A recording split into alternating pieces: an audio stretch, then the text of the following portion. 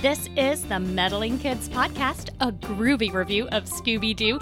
I'm Julie Kinn, and I have a special guest today. Hi, Julie. I'm Sam Kulper. I'm one half of the Breakers podcast audio drama. How are you doing today? I am so good, and I'm delighted you're here with us because you are a dog expert. I'm glad to hear it. I like dogs, and I have dogs. Well, we're going to be deferring to you to our fictional dog expert today because everybody, Sam and Sammy do a podcast called Breakers, as you already mentioned. It's fantastic. We'll get back to it a little bit more later. It's about a post-apocalyptic world where the hero is a dog. That's a pretty good summary. We are the post-apocalyptic end-of-the-world zombie horror without the zombies, and our hero is our companion dog, Rommel the German Shepherd. So, that kind of gets you through Breakers. I will admit, I think it was scripted such that the human is supposed to be the protagonist, but really it's more like a Sherlock Holmes kind of thing, where you've got Watson bumbling around, narrating everything, but the story's really about Sherlock Holmes. And in Breakers, I think of Rommel, the dog, as the Sherlock Holmes. Oh yeah, and I regularly get messages from everyone, in every good post-apocalyptic story, bad things befall a lot of the folks, and I get messages constantly saying, I don't care what you do, but nothing better happened to the dog. So now people have a lot of love for Rommel. Yeah, I was one of those people. After I listened to the first few eps, I loved your show right away, but I swore I was not going to keep listening unless I could get that assurance. Once I knew Rommel would be okay, I was all in. Okay, well today, Sam, we are talking about a creepy Tangle in the Bermuda Triangle. That's right, and this is fantastic for me. You mentioned me coming on the show, and I've started looking into some of the Scooby-Doo stuff again. I haven't looked at this stuff since I was a kid, and Aww.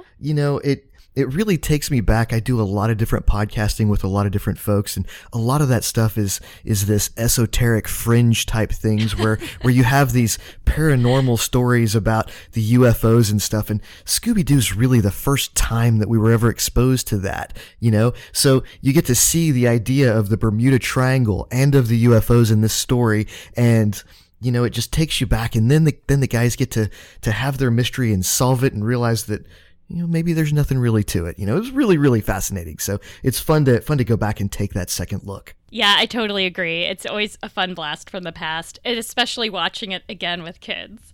So this episode opens with rain and thunder, and we see a small weather plane get caught in the storm, and they're saying on their not walkie-talkies, what's it called? Radio, Weather I-1 to base. And it turns out they're flying through the Bermuda Triangle, and then the pilots see something in the air. And I have to stop and ask you, how do you pronounce UFOs? Do you say UFO, or are you one of those conspiracy theorists who likes to call them UFOs? Wow, I don't think I could ever bring myself to call them an UFO. They're still a UFO. It's still an acronym. But you don't call it SCUBA, you call it SCUBA. That's true, but all right, now see there. Now you're getting picky with me. You're right. Okay, SCUBA is a fair acronym, but I don't know. I would argue that everybody knows that UFO is an acronym. There are most folks. I think SCUBA has turned itself into the term for the underwater breathing apparatus. Okay, fair. All right. Well, we'll go with UFO for now. Just so are you a UFO person? No, I'm just kidding. I don't care. Oh, okay. I just wanted to pick a fight right away because that's how I form affection and relationships. Fair enough.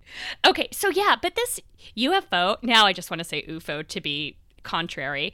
It's the little sister in me. I'm the youngest. So this UFO chomps up the plane. It eats it.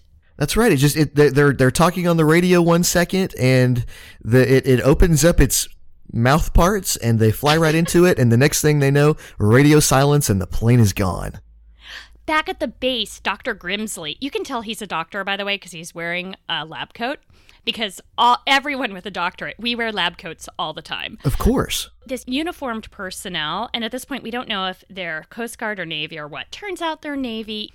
Dr. Grimsley says, I'm just a weather scientist. I don't know nothing, which I thought was pretty hilarious. He doesn't even hazard a guess about what happened. So our brave service members decide they're going to go fly out and look into it. That's right. And meanwhile, Sam, there is a party going on a sailboat. I thought that was fascinating. We have this beautiful catamaran. The weather is perfect.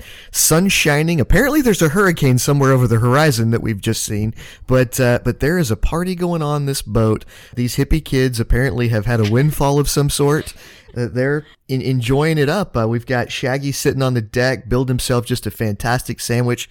Scooby's working his tail off, trying to bait a hook with a worm that's just not having it. Finally gives up, has to fish himself a sandwich from Shaggy. And that doesn't work out either, but these guys are just living it up on the catamaran. There's always a bigger fish because then some big swordfish or something steals the sandwich from Scoob. And the storm sends their ship off course. So I Googled this before our call. Would you like to guess how many kilometers away the coast of Bermuda is, where they start, versus the Bermuda Triangle? Oh, wow. It's a long ways. I would probably... Kilometers? Nobody knows kilometers. Yeah, I know it's hard to think in kilometers. We're Americans. Just take a random Let me do some quick conversions here. I would probably it. No, I'm not Googling it. I would probably say 700 kilometers. Hey, you're in the right ballpark. It was 1,015 kilometers away. So this is a big storm that really sucks them directly into the Bermuda Triangle. But we'll allow it. Artistic license and all that. Scooby, so this storm is pretty scary. Scooby and Shaggy get stuck on a sail. All sorts of antics happen that we probably don't have time to go into.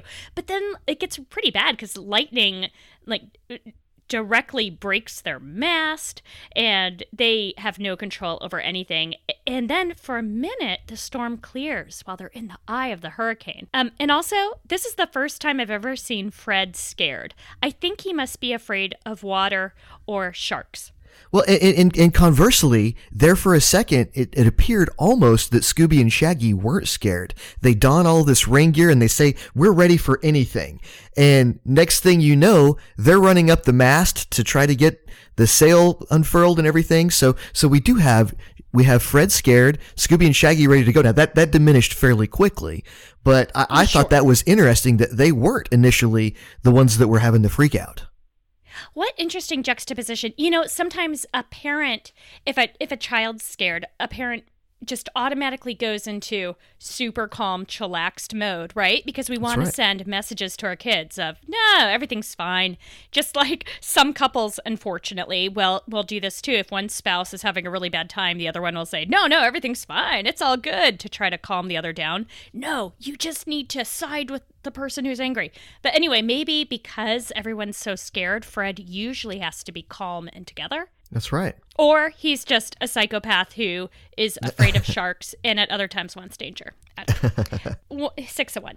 Okay, well, anyway, while they're in this eye of the hurricane, they look up and they see another one of those weather planes. And Scooby tries to attract attention with a really cute semaphore, which does not work. And then, do you remember what happens to this weather plane?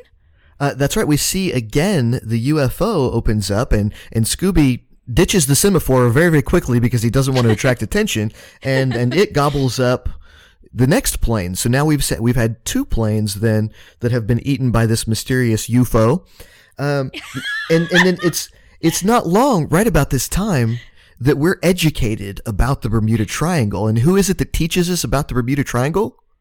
Do you remember? Is it Velma? No, it's Shaggy.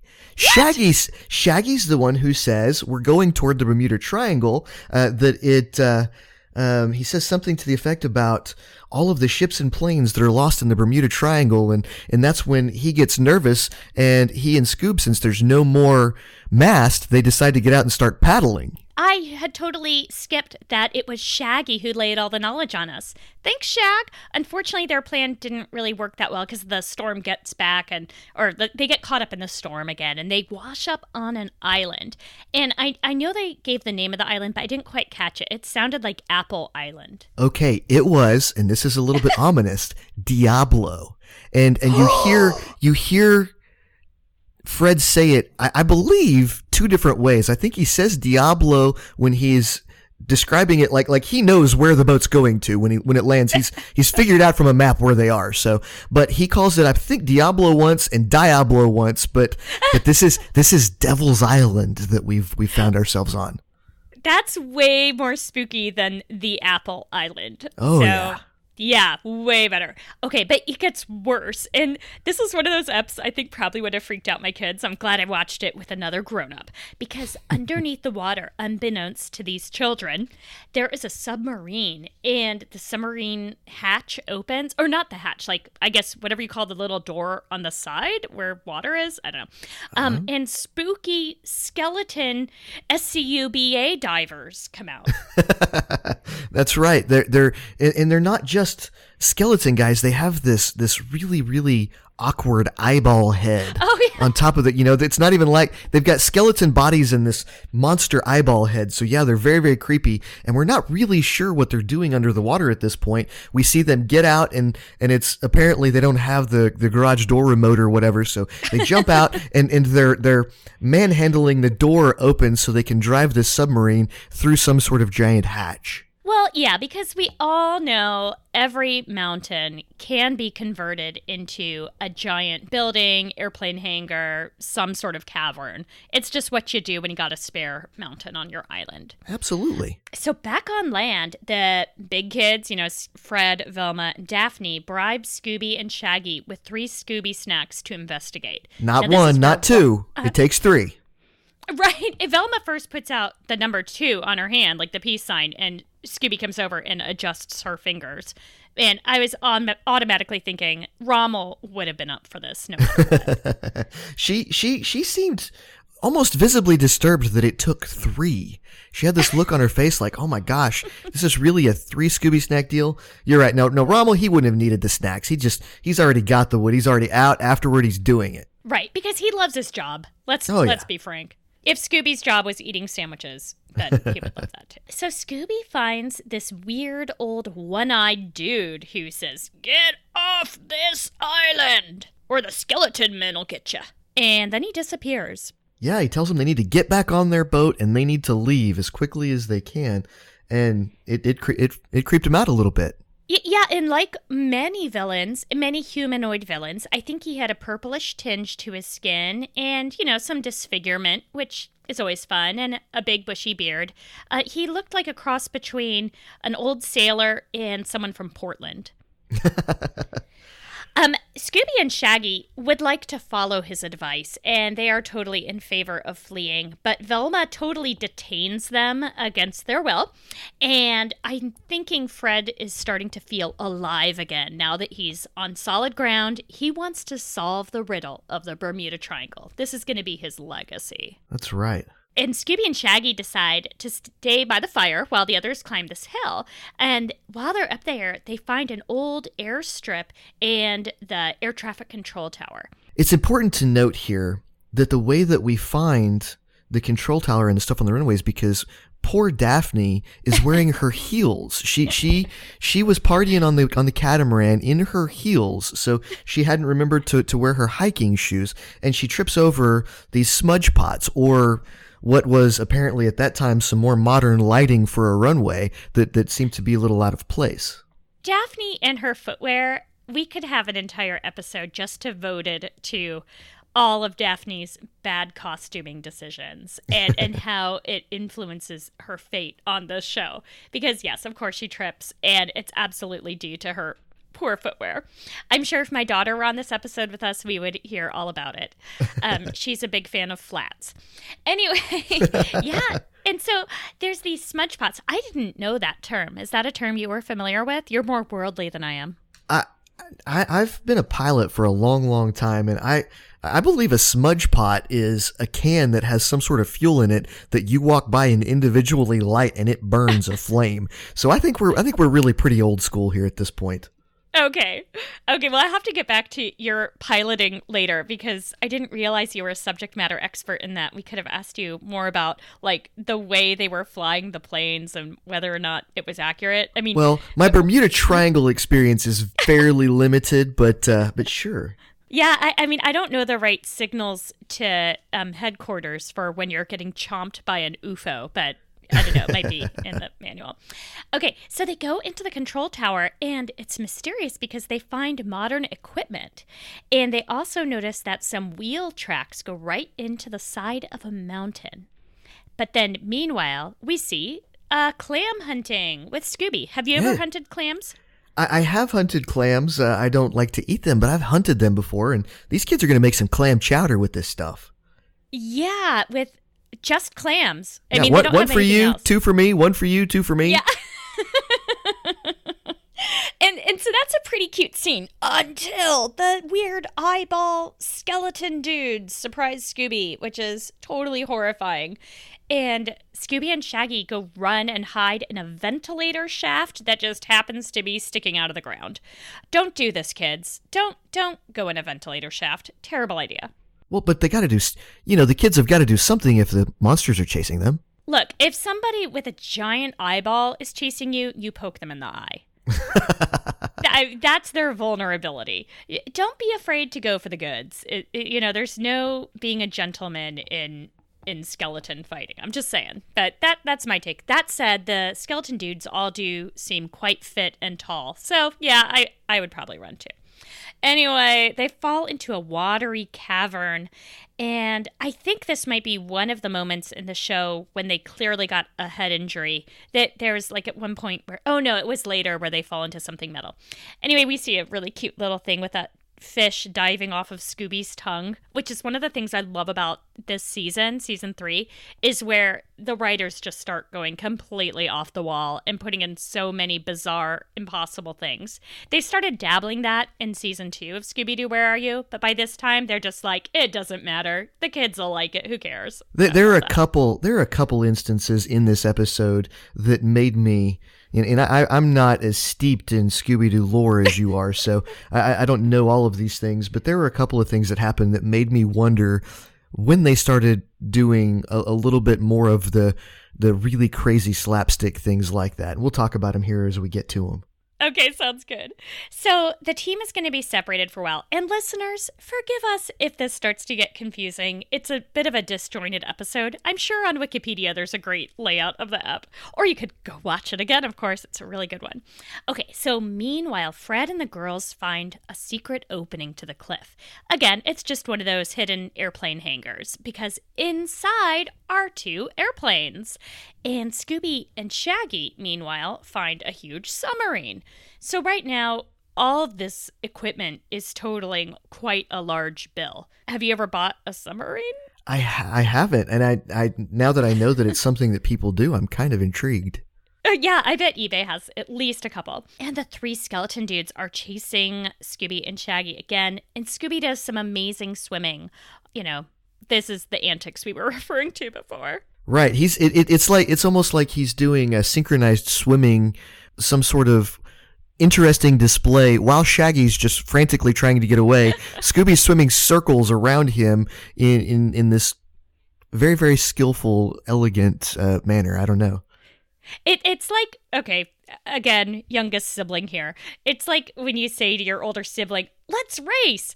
And then your older sibling taunts you by, as you're running as fast as you can to, win the race, they're just literally running circles around you to show how much faster they are. That's right. But I'm a little traumatized. But at some point, though, Scooby seemed to have forgotten that someone was chasing him.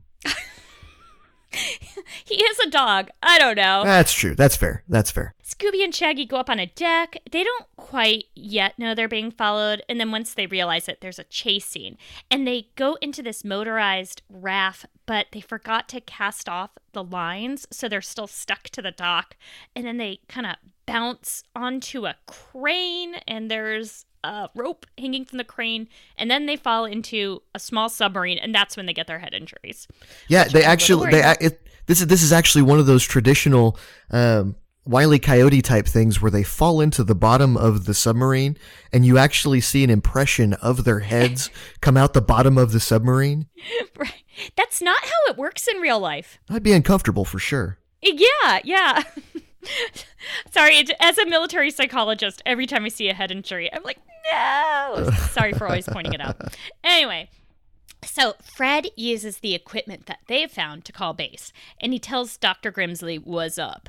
And Dr. Grimsley is quite surprised and tells the kids to stay put. Now, wasn't it fantastic that Fred knew how to run the equipment inside the airplane? It was. Well, perhaps it was a modern Navy plane that had great instructions, developed with good user-centered design so that anyone could pick it up and learn how. How long have you been involved with the military? Long enough to know that that's probably not the case. So Fred uses... so the teens discover that someone has been repainting these planes because we all know that used weather system airplanes are worth huge money. Big market. Oh, yeah, totally. Definitely worth the racket they've got here. The kids, this is a horrifying part though, Sam, so just prepare yourself. The kids get locked in a metal room and it starts to fill with water. And as it's almost up to their heads, Daphne says, "Oh gosh, we're trapped." Yeah, they're in big trouble. And the room, what was the room that they were in? I kind of, that eluded me for a second. It seems like they come back. Yeah, it is an airtight metal box, like you keep around. My guess is that it was an old-fashioned Connex container. I work in one of those, but it's not airtight. Wow. Yeah. No clue. Yeah, but it was pretty cool, except for the fact that these children almost died. But other than that, I kind of liked it. Traumatic. Okay. But I do want to warn our listeners, they don't die. Everything's okay. But we're going to leave you in suspense for a little bit while we go to our commercial break. As a geek with a life outside of gaming, it can be hard to stay informed. The Sometimes Geek podcast is your weekly update of all the major video game news, brought to you with the insight of an everyday gamer. Episodes are kept short and to the point, so you have more time to spend playing games instead of reading about them. You can find us on Apple Podcasts, Google Play, Spotify, and at sometimesgeek.com. The Sometimes Geek podcast, because we can't be geeks all the time. Don't worry, everyone, we're back, and so far they've survived, although they're still just in the box saying things like, "Jinkies!" and not sounding too upset. I think they're just comfortable with death. Well, they were resigned that it was going to happen, so anything that happens besides that now is just good news. As Dumbledore said, to a well-organized mind, death is just the next great adventure. Wow. Yeah, pretty deep, right? I'm going to need. I wrote that. I'm going to need a few minutes with that. Okay. Well, meanwhile, Shaggy and Scooby see the skeletons through the periscope in the submarine they're stuck in. And so Scooby hides in a torpedo chamber and Shaggy launches him by accident. And then meanwhile, the bigger kids are rescued from their certain watery doom by a mysterious helper. We don't know who it is, but someone lowers a rope ladder into their death den, and so they're able to climb out of there. So that was pretty cool. And they look around for their rescuer, but can't figure it out. So I'm thinking at this point, it's probably one of the rogue skeletons who didn't really want to be a skeleton bully. He really wanted to be like a singer, but had been pressured into becoming a skeleton by his mom or something. Yeah, and this is the part of Scooby-Doo where I spent my youth trying to then count back to see who have we met before that could be out there that we don't know about. And that's really not particularly helpful in this episode yet. That's true. It always feels like cheating to me when we unmask someone and it's someone we've not met yet who hasn't been introduced to the fiction. It's come on, that's no fair. In a mystery film, the first way to really, really make me angry is to make it such that there's no way for the viewer to have solved the crime without giving him the answer. I mean, that's just the whole point of it, is for me to try to figure it out. And with this one, you didn't have any way to know. Right. So, wait, I'm confused. Does this fit, then, your model of good or bad? Well, it's two parts. Okay, we have, and I'm kind of jumping ahead a little bit here, but this mystery helper is not anyone that we've met before, maybe, spoilers, but we may very well have already met whoever the foil is in the story. Okay, well, we'll come back to this. So let's come back to it, because I think I'm muddying things up. No. It's okay. Our listeners can handle it. They're super duper smart. All right, guys. Okay, so Shaggy, meanwhile, finds 4 kidnapped naval officers / Coast Guard is what I have in my notes, because at this point I still wasn't clear on what service, but turns out Navy. And he runs away from them as the skeletons come. So this is the second time so far in the series when Shaggy has stumbled upon trussed up victims and been about to rescue them, and then is like, oh, I'll be back. As he runs away, the skeletons come close, and Shaggy accidentally discovers this equipment that makes holograms because he all of a sudden makes the flying saucer appear. Right. He pushes the laser beam button, and it starts projecting and making this loud noise. The noise should have been a wow, wow, wow, wow, but I don't think it was. That No. looks really cool in the sound waves in Audacity, by the way. I'm still not exactly sure how it chomps things, but clearly at this point we know the flying saucer is just a hologram. So Scooby reappears in a bush, and because of when he was fired out of the torpedo hold earlier, he shakes off the bush and is with the other kids. And in my notes, I have super confused now. And then there's a motorboat chase with Scooby in one and the skeletons in the other. Oh, because Shaggy's just stranded in the water and Scooby wants to go save him because Scooby is a very good boy. And Scooby grabs Shaggy out of the water with his opposable fingers. Oh my gosh, imagine if Rommel had opposable fingers. Anyway, or opposable thumbs. The opposable fingers we all have. Okay, Fred plays with a crane. He loves to get to be in a crane driver. He plays with a crane to grab the skeleton's little boat and dumps them in the metal box. Ha ha. Fortunately, he does not drown them, despite, I'm sure, his clear tendencies. Right, and this is a callback to our very beginning because now Fred's the fisherman. Oh my gosh, yeah! Did they say that, or is that just your own, totally amazing? He says something about fishing. I mean, there's a phrase that he turns. I don't think that I have.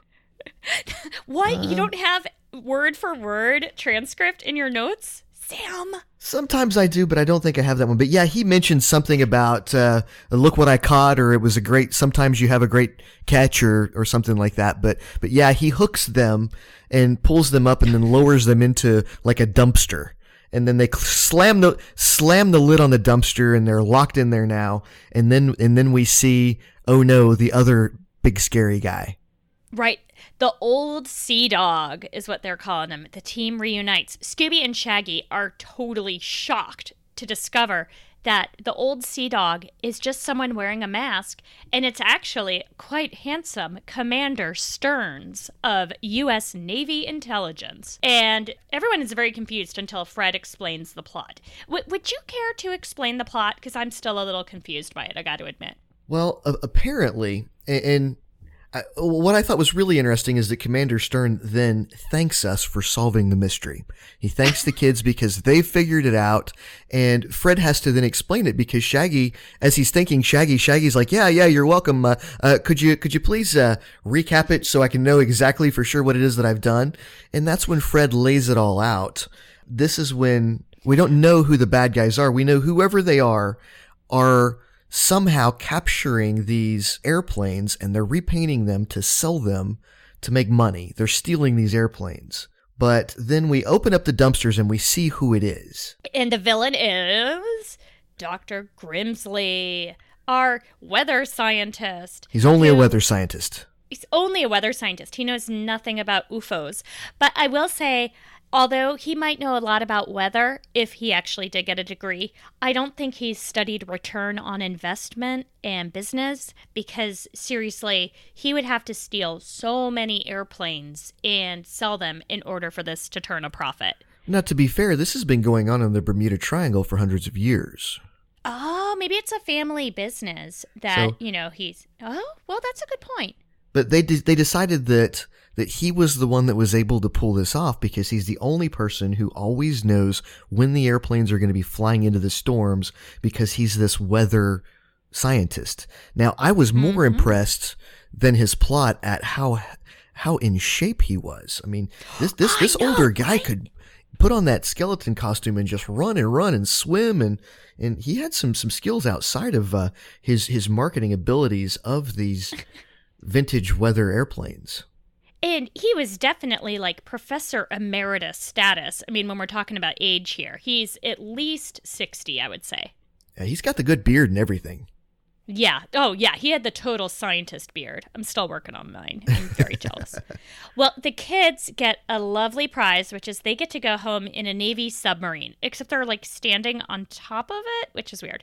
Anyway, Scooby and Shaggy get to eat a huge submarine sandwich, but Scooby gives the whole thing and gives Shaggy a worm to tie back to the beginning of the episode, our reluctant worm from Scooby's fishing adventure. So I thought this was a really good episode. It was so spooky, very complicated, no weird songs that didn't fit, great sound effects, and lots of like just ridiculous stuff. What did you think? I thought it was a lot of fun. Again, it had been quite a while since I had delved into Scooby-Doo and the Mystery Machine characters, so it was a lot of fun for me to get into it. It did seem to be more complicated than I remembered these stories being. One of the interesting things that I read about it that is different from a lot of them that I remember is we never really thought that these skeletons were ghosts, and they didn't really ever appear to be monsters. They always really appeared to be people in suits. That's a good point. So I thought that was interesting, but yeah, it was a lot of fun, and I'm really, really glad that I got to dive back into it. Well, I'm so glad you did too. And so let's get back to the Breakers podcast, which again is the podcast you and Sammy do about our post-apocalyptic world. It's an incredible fiction podcast that stars a dog named Rommel. So let's imagine, if you could, how do you think Scooby would interact with your characters were he to join the fiction? Well, Scooby's going to have to toughen up a little bit. Rommel's got kind of a mean streak in him when he needs to. Rommel is the quintessential best friend. I guess in our parallel universes, Shepard, the hero of my story besides the dog, everything is first person through the eyes of Shepard Gray, our protagonist, along with his faithful canine companion Rommel, as they march through this post-apocalyptic virus-riddled world. And like I said, it's the zombie world without the zombie. You have this nasty virus that kind of ruins people. So then we have these highwayman type bad guys that you have to run from and hide from. So I think Scooby and Shaggy, they've probably developed a skill set over the years, being chased by people, and even if accidentally solving all of these mysteries. So they might be able to make it for a little while, but I think they're definitely going to have to toughen up a little bit. You know, maybe being a bit fraidy cat might help them a little bit in the long run, because they're going to be more apt to hide a lot more often, I guess. Well, yeah, I mean, in terms of survival, they definitely would understand the trust no one thing. But that said, I mean, we all know, those of us who've been through apocalypses, that having a community is going to make you stronger, make it easier to survive. And I think that's where Shepard, the human protagonist, Rommel's sidekick, I think that's where he really excels, that he's able to build trust with other humans. So which of the Scooby characters do you think Shepard is most like? Wow. And Sammy and I probably have a different perspective on Shepard. I don't think Shepard's tough enough. I think Shepard could be tougher, the character, and he's not. He kind of struggles through sometimes. I'm inclined to think that he's probably a mix of them, but probably ultimately more Shaggy than Fred. Although he's making a transition as the story unfolds, and he's getting tougher and a little more worldly and able to defend himself and handle things. But he was probably closer to that fraidy cat guy in the beginning.